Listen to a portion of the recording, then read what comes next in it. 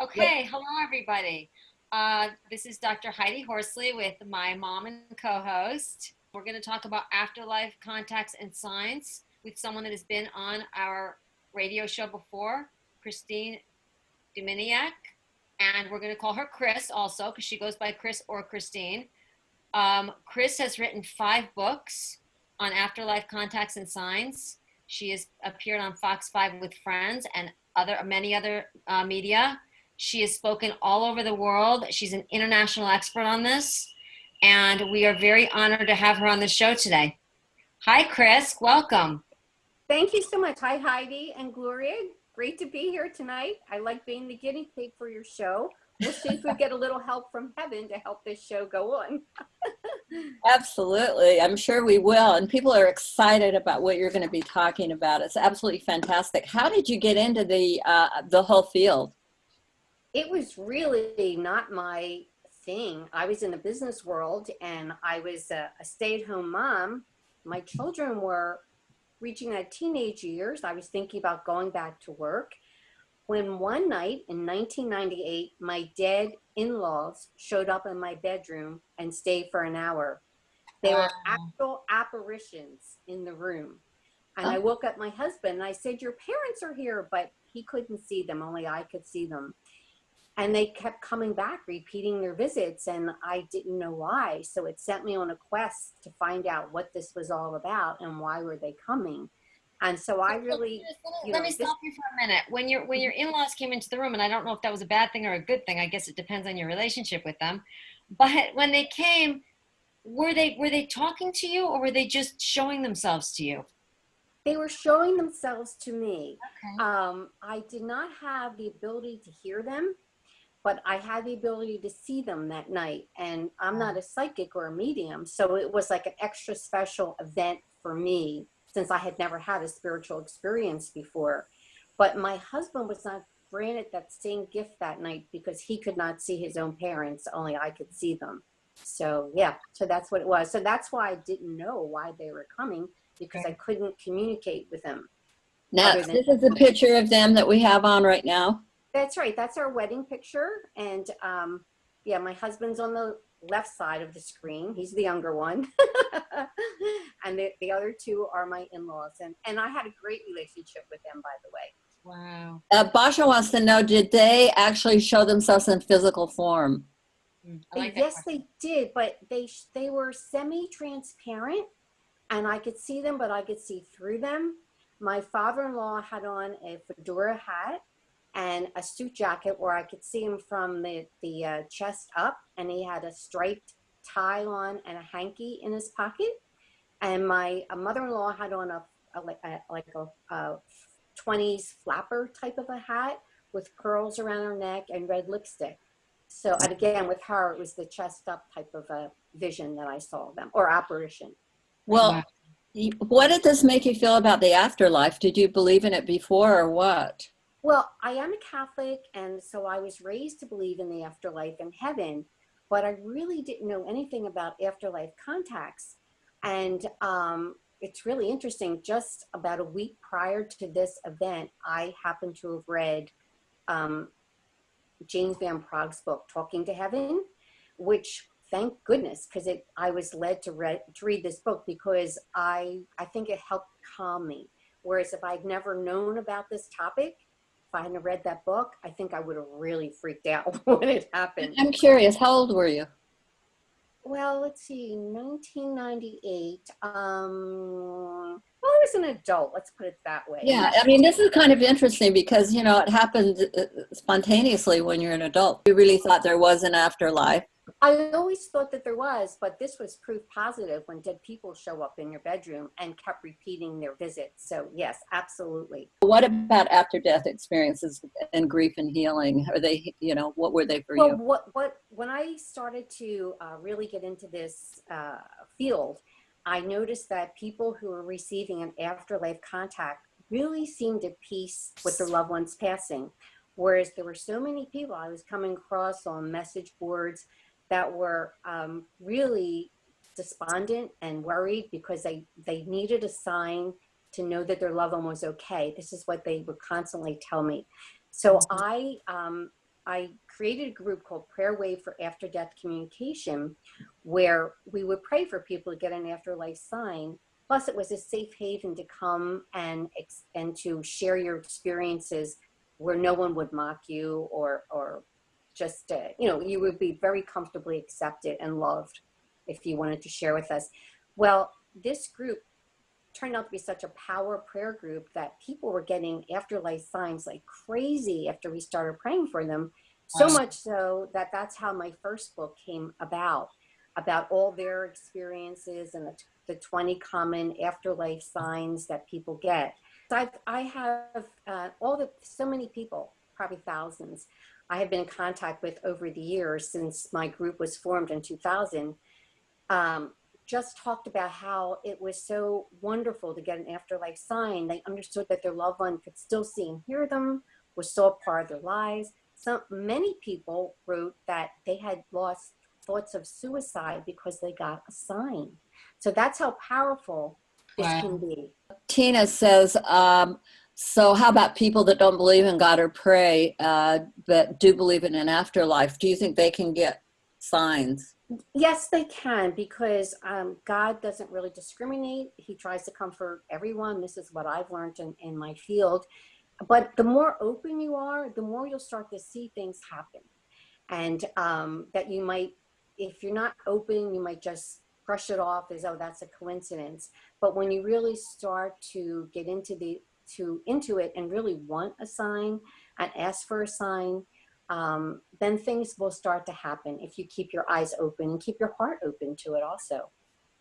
Yeah, I found that I don't even know if you need to believe in God. I mean, there's some kind of energy. And Amy was saying that it was happening. Her son had died like 3 years prior, and she found that every Saturday for a month at the same time, I think it was 7:54, that their doorbell would ring and no one was there. And they lived on an isolated area, like 23 acres.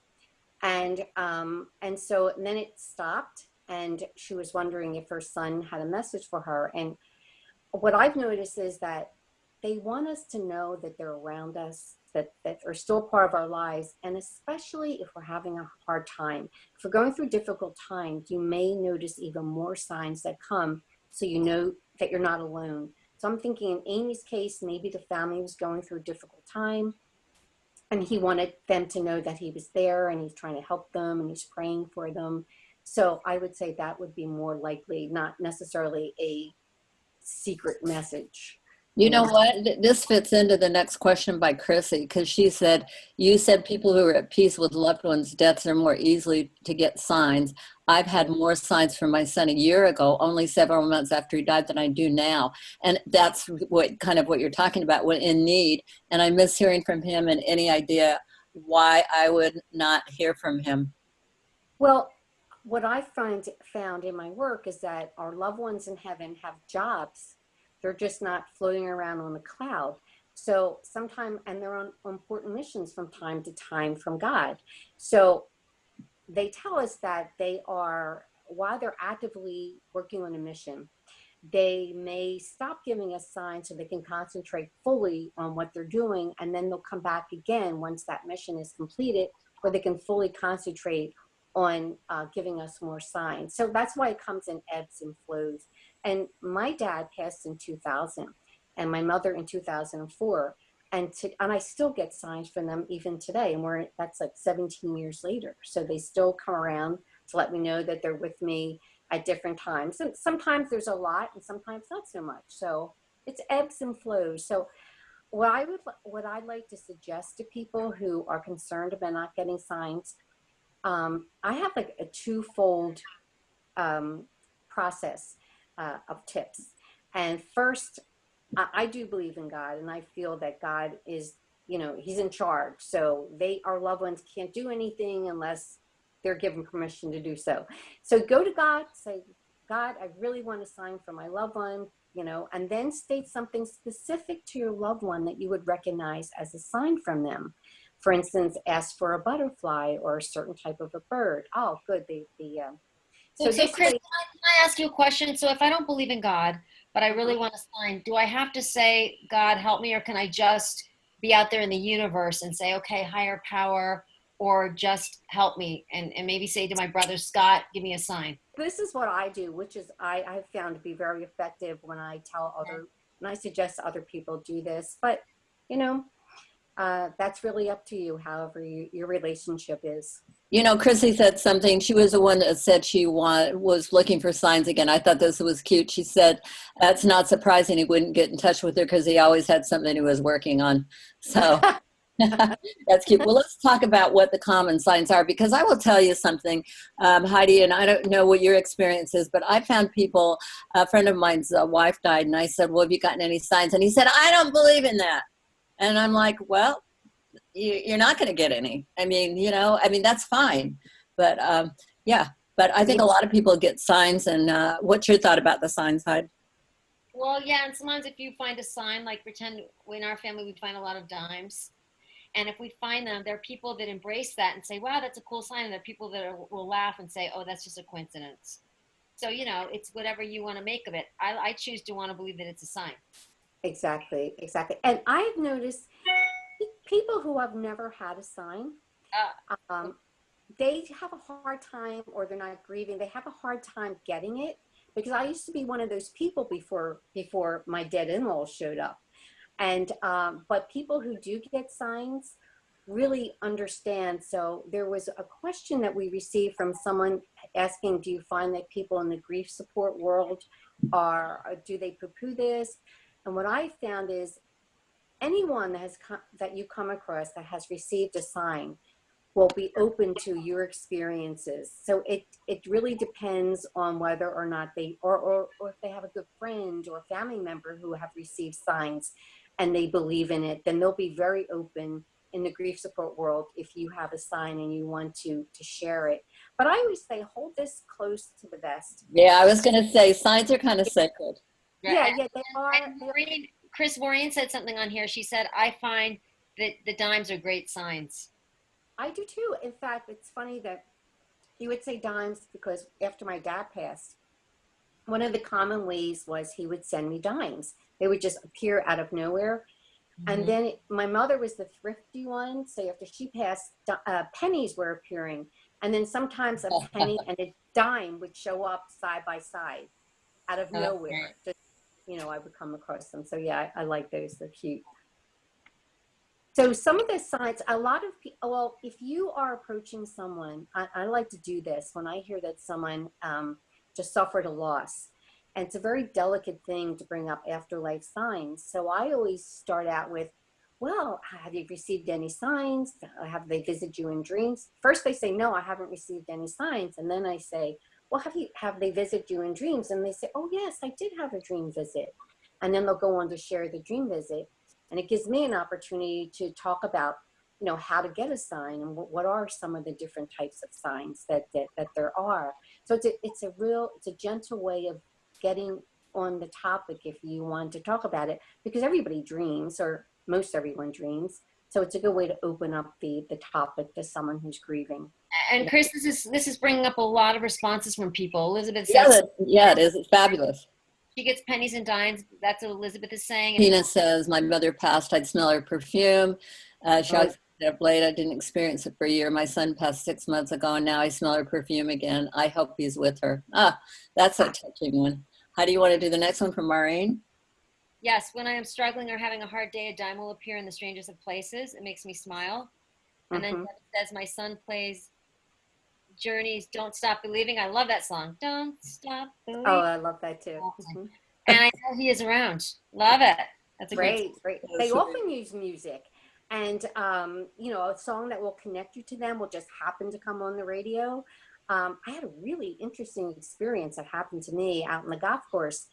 My sister, really good friend that she works with, her husband died of brain cancer at that day. And my sister said, oh, he died. And I said, okay, I'll say a prayer.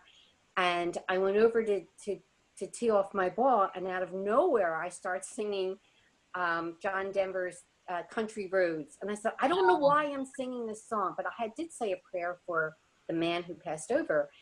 And I called my sister and I said, ask if that song has any significance to him. And so it turns out when he would get into his car, the first song he would always play was Country Roads. Ah, I did not even know him, but I said a prayer for him. So electrical. You may find that if you have a touch lamp, it starts to signal you, or your doorbell may ring and there's nobody there, or your garage doors may open and close on their own, or the TV may start to channel surf on its own. So these are some of the ways that they will communicate with us through electricity. Yeah, we had a funny thing. My husband and I went to bed. And Heidi, would you take these questions right after I say this? My husband and I went to bed, every comments, and we thought the neighbors were having a party. And at 2:00 in the morning, I'm like, they're still partying. And my husband got up and the TV set was on. And we didn't put it on. It's not one that we ever use. So we got a little sign hidden out there. So Chris, Basha has something she would like to ask. She said, I talked to my son after he passed. He told me that our channel to the other side is blocked with worry or thoughts that are constricting and open with love. So it sounds like things can be constricted. You know, the more upset you are, it's just like meditation or prayer. The more at peace and relaxed you are, it allows for them to come through to us. It's when you're like very upset and you're sort of into yourself and your grief, it's like a metal door where they have a hard time. They want to come through, but they get blocked out by that. So I would just say pray for peace, pray for comfort, and you know, and it just gives them an opportunity to come through to you if it sounds like what you're saying. It sounds like that what you're saying is that sometimes on our end, it's almost too hard for us to get a sign because we're in a lot of pain. Exactly. I've talked to many mothers who said the first few months I was in so much pain, I wasn't even noticing the signs that I was getting. She said, and I was getting so many signs. She said, it wasn't until I just was able to come down and come out of myself and look around that I started to see all the signs that I was getting. So it's normal, especially I think for parents, to be that way, especially if it's something sudden. To, you know, get over the shock and then calm down, and then you'll start to notice that you've been getting them or that you will get them. So because they really want to bring us comfort, and I think that's the best for me. That is the best feeling, knowing that, hey, they're still with me, they're still, you know, they're in heaven, but they still come down and help, and you know, that they're still a part of my life. And to me, that is the most important thing, knowing that they're not in some black hole somewhere, that they're still a part of my life. And that means everything to me. And one of our people were saying that they find origami everywhere, which is fantastic. And then Bepra says that her husband comes into her in a dream and he's smiling, making direct eye contact. And Chrissy says it's a hard spot to be in when you want the sign because of your pain, but almost impossible to be quiet and peaceful to see the signs. Isn't that true? Absolutely. But I like the question that Loanne is asking here. How do you find forgiveness fits into connecting to the other side? I think it's really important because, again, I think anger is a block, and people confuse forgiveness with condoning. You do not have to condone someone's actions, but the idea is that will bring you peace is to just let go. Just stop harboring resentment or revenge. Just let it go, because it's really only hurting you in so many ways. It's like a poison. It's a toxin to you in your system. If you can just let it go and forgive the person, but not condone what they did. So I choose to forgive and just try and walk away from it, so you will have a happier, more peaceful life. Well, we've got some more comments. Joanne says her son turns on their bedroom light every night. Aww. and Carol says, almost every night I wake up and look at the clock. It's always 2:22 when my son was murdered. I often wonder if that's the time he was killed. He also came in a dream visit where I was begging him to hurry and come with me because we were moving. He replied he had to stay with him. It took me a while to figure out that he was talking about God. Yeah. Yeah. Yeah. Good for her. Good for And then her. Carol says, my son passed in May, said he would send us a robin. And the day after I'm getting teary about all this. The day after his funeral, baby Robin was sitting on his playset in the backyard. My husband later told me he'd asked my son to come to him. Wow. Oh, that's wonderful. That's wonderful. So many people have these wonderful stories, and they're just so comforting when you do get a sign. There's just nothing like it, really. You know what, Chris, that brings me to this question, which I was going to ask you anyway. Fran says, I am still in very complicated grief process 6 years after losing my daughter. I lost my faith, my prayer life. Is there something to focus on, to meditate on, a vision that might help me? Well, I am a big believer of that we are created spirits before we come here in our physical bodies, and that we sign up with God for certain major things are going to happen in our lives, and how most of the time how we're going to die. So so I would say, if you can think about it, how a child died, if you look back and see, you know, maybe there were some premonitions about it, but I'll give you an instance. You ladies do know Linda Cheltenham-Fell. Mm-hmm. All right. And she, 2 years before her daughter died, she had this dream that her daughter was going to die in a car accident, and that she went into a lake and she was trying to find her daughter in the lake, but she couldn't find her. And all she found was this open book floating on the lake. 2 years later, Linda's daughter, who was a swimmer, did die as a passenger in a car accident. And eventually, Linda wanted to help other people, be a comfort to them who went through similar circumstances, because she had such a great support system. Well, Linda has now published 25 books on grief. She never wrote a book before this happened. So there was some, in her case, you could see this was meant to be. It was planned. Her daughter had planned with God to go this way, because this would be a catalyst for Linda to help other people in her life. So we do sign up for these things. They're just not random accidents. And I think if you can kind of look at it, that there was a purpose, a higher meaning to bring out a greater good in life, I think you'll be more accepting of the passing of the person. And Chris, I just want to say, for those out there that are watching the webinar today, if you want to see that show with Chris Duminiak, our guest today, and Linda Fell, just Google those names with Open to Hope, and you can watch that cable show, because it was a powerful show. It was indeed. Well, CJ wants to ask how you find peace among the pain. For me, my anchor is God. I mean, I can't tell you the number of things that I would not have been able to get through quickly. And I do mean quickly, if it weren't for God. So I remember when my mother passed, the pain, I could hardly even breathe, the pain, because I was very close to my parents. My dad had died 4 years prior, and it really hurt to breathe, actually. And so I remember saying every night, dear Jesus, please replace my heart's sorrow with your joy, because I knew my mom wanted me to be happy again. I wanted to be happy again, especially being in grief support work. And I feel like my natural state is happiness. I feel like I have a lot of happy genes. So every time I would say that prayer, something would wash over me. It was like I felt a little better and a little better and a little better. And before I know it, the pain just left me. Not that I did not miss my mother or miss her presence or talking to her, but that pain where I couldn't breathe left me. And I really believe it was because of God. And I asked to feel better. I asked to have my my pain replaced with his joy. So that, for me, prayer is it. Mm-hmm. But that's everyone else. You have to find your own way. But hey, give it a try. Can't hurt. What about this? I hear this a lot. People say to me, other people have had signs of their brother, of my loved one that died, but I haven't, and I resent that.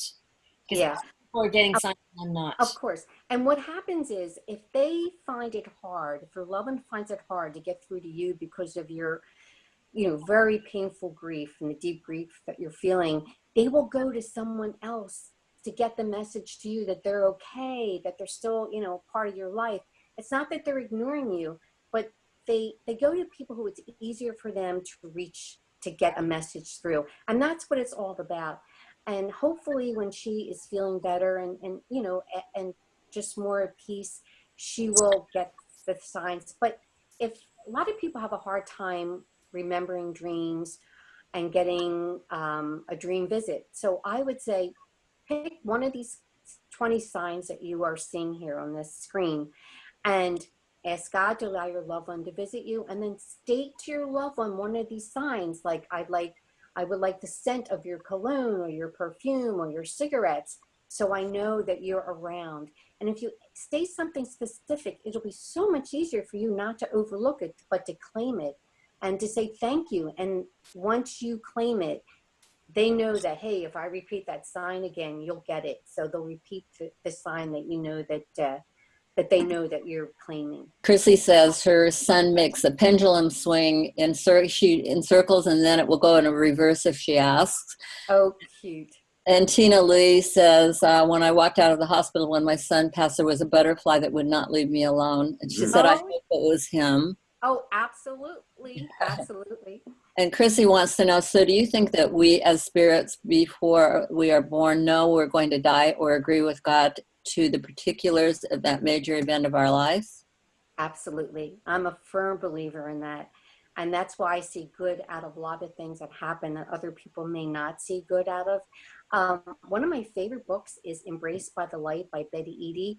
She had a near-death experience and she was taken all around heaven. And she also was told about these spiritual agreements that we have with God. And so and you actually pick who your parents are, what color of your skin is going to be, what religion you're going to be in. So so there's purpose in everything that happens. So do you think some people pick a harder life than others? Because some of these lives we live are hard. They're pretty hard, yeah. Absolutely.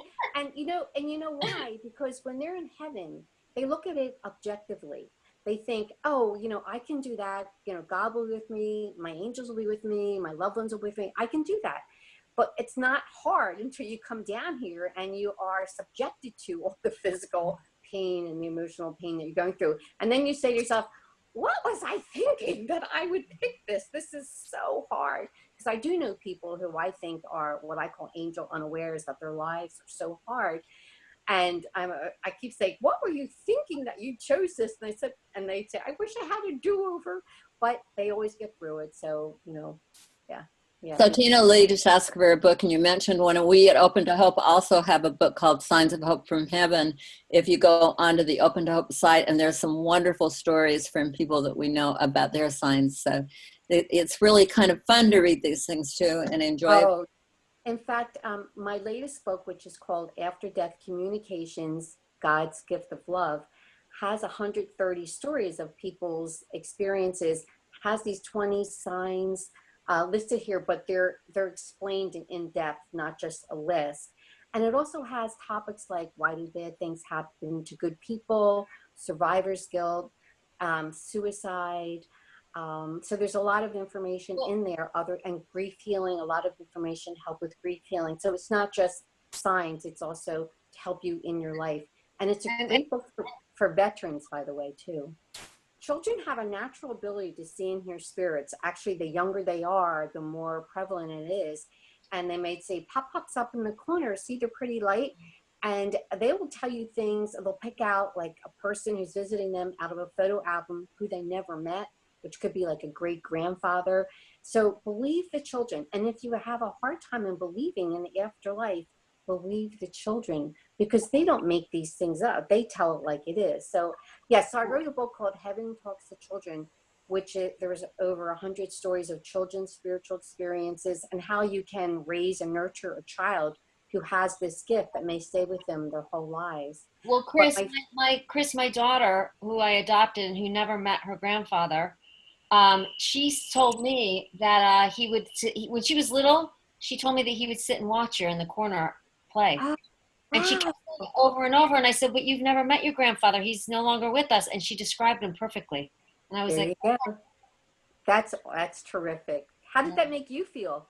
I loved it. I was surprised, especially when she could describe him and kind of talked about his mannerisms and the way he behaved, and it was exactly what he would have done. Oh, I love that, I Heidi. loved it. So a lot of people have a hard time explaining death to a child. So I wrote 2 books that are children's illustrated books called Grammy Visits from Heaven and Grandpa Visits from Heaven. And it explains like death and what heaven is like, and you see the spirit go off to heaven. But the best part of the book is it has a happy ending because the grandparent comes back and plays with the child and says, I'll always be with you. I'll come to all your special occasions. So it has a happy ending, which most grief support books do not. You know, they help explain it to a child, but I love the ending on both of these books. So it's a really good way visually and with a narrative to explain death to a child. So yeah, if you think of them as an angel on your shoulder, they will help you and ask them to help you, and write them letters. They still see and hear us. So lots of times, especially with a sudden death, you may feel like I did not have a chance to say goodbye. So you need to express those feelings. It's a healthy thing to do.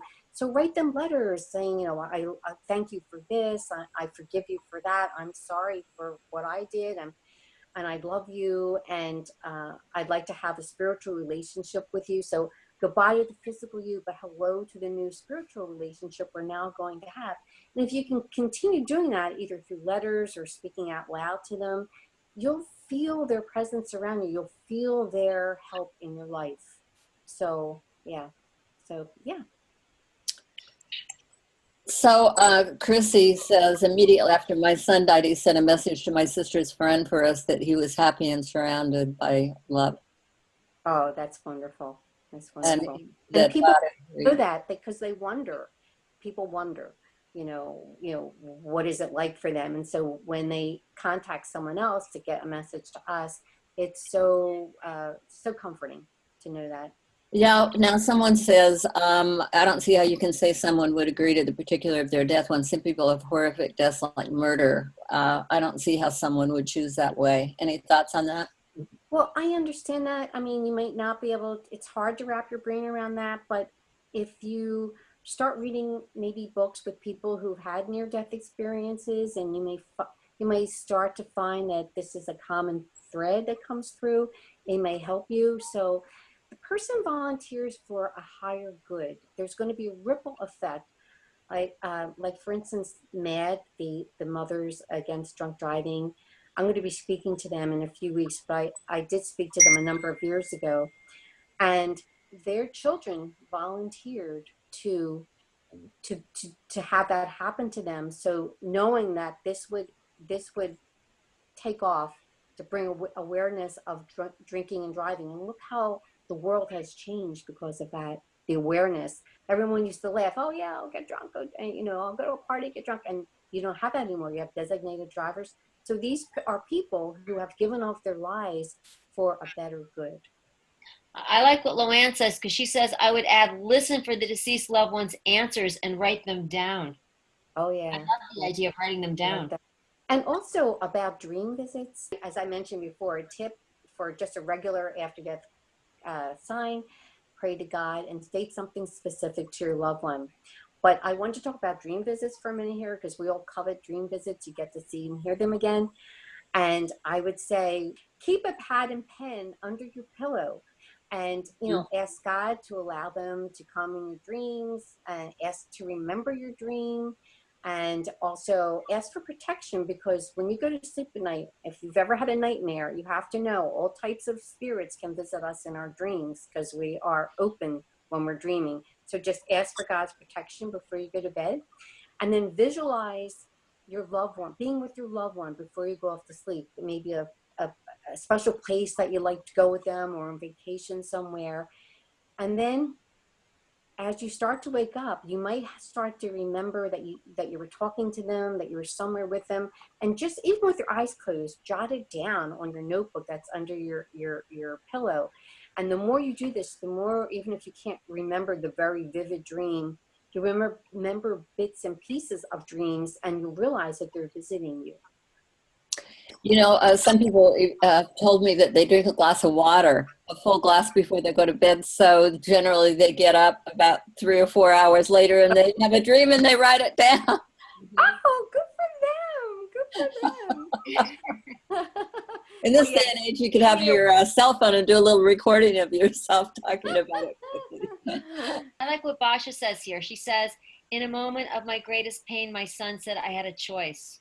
I was shocked with the idea. How did I have a choice? I was in pain. He said, Mom, you can choose to remember the love you have for me or focus on the pain. It was a shocking idea, but it has helped me. Knowing I have connection to him helps. There you go. Yeah, that's what afterlife contacts are all about. Knowing that you still have that connection. They're just on the other side of the veil. So keep on talking to them. Absolutely. Chrissy, some of the wonderful things that people do as a result of these losses. Chrissy says, my father-in-law's stepson was murdered, and then the parents started a Parents of Murdered Children chapter in their area. Yeah. And then we have another woman that was talking about moving and how it was hard for her to move. And in a coincidence, that they knew her daughter before they moved, and she started a chapter of Compassionate Friends. So, doing things and reaching out, and you've written these books and doing these things. I mean, you don't have to do gigantic things, Right. Right. Exactly. But just even helping like your friends and neighbors with their grief because of something that happened to you. But look at you and Heidi. You probably never would have been in this field and feel so strongly about it if it weren't for your son, Scott, right? Scott? Yeah, well, that's for sure. And I was actually having God prepare you for something. I was actually in the field of grief and loss before my son was killed. I taught at the University of Rochester and worked on a surgical service with a lot of people who were in accidents and had died and that kind of thing. So I thought I knew a lot about it, people, until it happened to me. And then I'm like, wow, I didn't know anything. Yeah, and look how much better you are able to help them because you personally experienced that tragedy yourself. Yeah, it's a daunting thought to think we might have signed up for it, Heidi. I know, it's very strange because my life would be 1,000 times different had Scott never died. I wouldn't be an expert in traumatic loss. There you go. Something completely different. I was in fashion before he died. And look at all the lives that you've helped. I feel like he's brought all these incredible people into my lives, like all the people today on the webinar and all the people at Compassionate Friends and all the people like you that we've met over the years. Scott has done that for me. Thank you, Scott. Yeah, we have met some amazing people, and courage, the courage it takes. It's been a long time for me, and going to meetings or meeting people who've had any kind of a loss, the courage it takes for people to go through the process. It's amazing to see how resilient people are. Exactly. And speaking of courage, that people who can talk about afterlife signs, that takes a lot of courage to do that too, because we're in a world where, a lot of people, especially maybe in the scientific field, will like poo-poo it.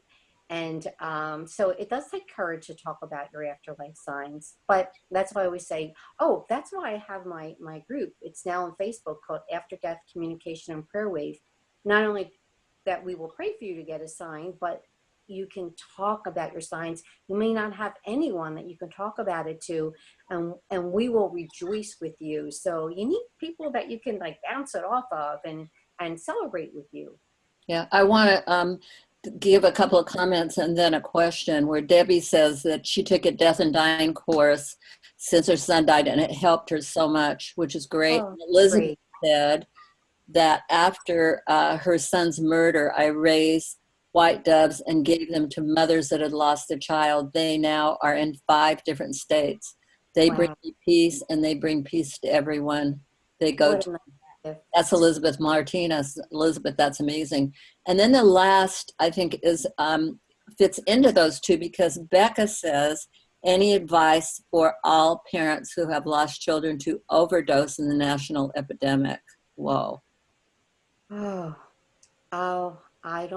Boy, that's really hard for me to, I don't know. I would just pray for peace, for God's peace, and to allow your loved one to come through to you, because to me, once they can come through to you, that's a great step for healing. So you're always. I was going to say that, Chris, because, my brother died in a traumatic car accident, And for those of you that have lost someone to overdose, it's the trauma.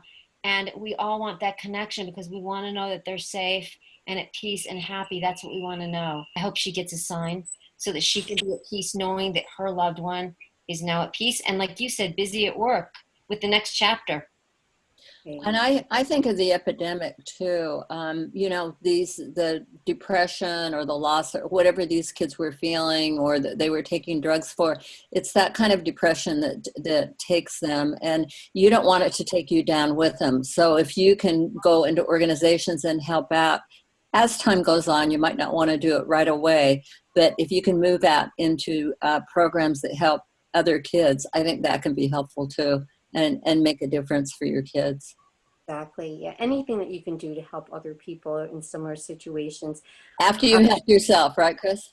Yeah, that's right. You have to be strong. You have to be ready. You have to go through the grieving process and feel strong enough and ready to do it, because you can't help other people and while you're still broken. Yeah. You know? And I think you might get a sign from your kid when you're ready. Exactly. And here's another thing. I'd like to, just going back to dreams, because in a way this kind of follows through. Sometimes people will get dreams that are very disturbing about their loved one, that their loved one is in pain, or they're ignoring them, or they're angry at them. If you get a dream like that, that is not from your loved one.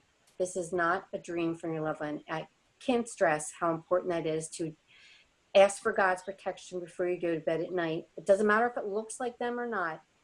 When God sends our loved ones in spirit to us, it's to comfort us.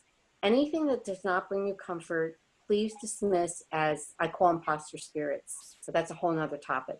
Chris, I love that you're saying that, because I have a friend that lost her little boy, and she said she had a horrible dream where he was saying, I'm not ready to leave and I want to be back with you. And she said it was disturbing. She was his mother. Yeah, I know. Yeah. Well, please, if you talk to her, please tell her that that's not her real. It's an imposter spirit, just to exploit her pain even more. And if she asks for God's protection before she goes to bed at night, those dreams tend to stop, and the actual spirit of your loved one will come through. The kind that you're looking for, where they're happy and and it makes you happy. Marianne is talking about a dream here. She said, I had a dream after my daughter died. She was going through a revolving door with a suitcase saying, don't worry, Mom, I had to go early. Oh, there you go. Sandra, she says, how do you know if what you experience is truly a sign or form of contact from your loved one? Okay, so if you're not sure, again, ask God and then state something specific, whether it's a butterfly, bird, a dime, whatever your favorite song, whatever happens, because you ask for it and it happens, then you can claim it. Then you'll know that for sure that's a sign. So that's the best way to know. Okay, and then we've got another one from Loanne where she says, have you found that many people have connections with those in the spirit but are reluctant to say so? Yes, absolutely. That's why I like to, whenever I meet someone that just lost a loved one, to bring it up, because they are very reluctant to say something because they're afraid people are going to say, are you crazy? And but I know they're not crazy. I know they're being blessed, and I like to bring that out in them so they can look for more and realize that they got a gift. That was a gift that happened to them. Yeah. And sometimes these things are so sacred that they don't want to talk about it. Or there's something, when I was 8 years old or 7, I saved somebody drowning, and I had a very long experience of somebody telling me what to do. And people would ask me how I knew what to do. It was very detailed. And I didn't want to tell them. I didn't tell people why. That I heard some kind of an inner voice telling me what to do. But can you talk about it now? I think the most profound dream you ever had, Mom, was my mother and her first cousin lost their boys at the same time. My brother and my cousin were together in the car. And when my mom was a little girl, she and this cousin were playing with dolls together. And didn't you have a dream or something that you lost the dolls? We were out in the woods and we lost our baby carriages together. And it took us about 2 hours to find our babies. And We 20 lost our years babies later, together. and 20 years later, they lost their sons together. Yeah. So that's like the premonition. That was to help prepare you down the line somewhere. You could think back to that, knowing that that was planned. That was planned. It was part of their plan. Foreshadowing. Exactly. Like Linda Sheldon Fell and her daughter. The books, writing the books. Fran wants us to, can you speak quickly about apparitions? My daughter was sleeping next to me a few weeks after she passed, and one other time, but not in years. Why do we see them sometimes and receive signs others? Well, I understand to appear as an apparition takes a lot of energy, a whole lot of energy. So it just may be easier for them to just give us signs and whatever kind of like what we need to. For instance, if you get so used to something, they want you to appreciate it and to be comforted by it, but not use it as a crutch all the time. They want to eventually help you to reinvest in life again. So sometimes that's why they may back off from giving you a lot of signs if they feel that you are living in a world of just you and them, and that they want you to reach out and be everything that you can be in this life. So if their signs and their appearing to you are holding you back, they will hold off so you can get out there and find joy again in life. We've got one from Judy here, and she says, I received a really powerful sign from my daughter 2 weeks after she died. She appeared in my room and said she was okay. But the problem is it's now been 2 or 3 years. I want it again. I want it on that level. How do you deal with wanting it again? I think just ask for a dream visit. That's probably, apparitions are pretty rare, but dream visits are more common. So I would, and you're still getting to be with them. So I would ask for the dream visit, because that's really, I mean, you can still hug them in a dream, and it just feels like they're there because they are. It's your two spirits meeting. Talk a little bit about where you are now yourself. Do you ask for them, and how is your daily thing, and what do you do? For me, I don't ask for them. They just come. And now my parents used to give me all different types of signs, and now they boil it down to two. When my dad is around, he will massage the top of my head, and my mother will tickle the left side of my face.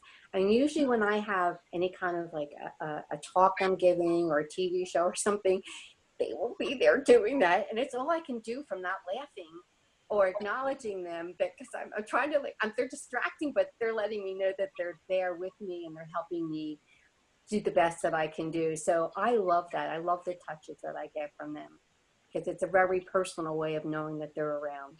Yeah. Yeah. I feel very blessed, very blessed. But again, with me, I think they help me in my work. I think they're probably on my angel team.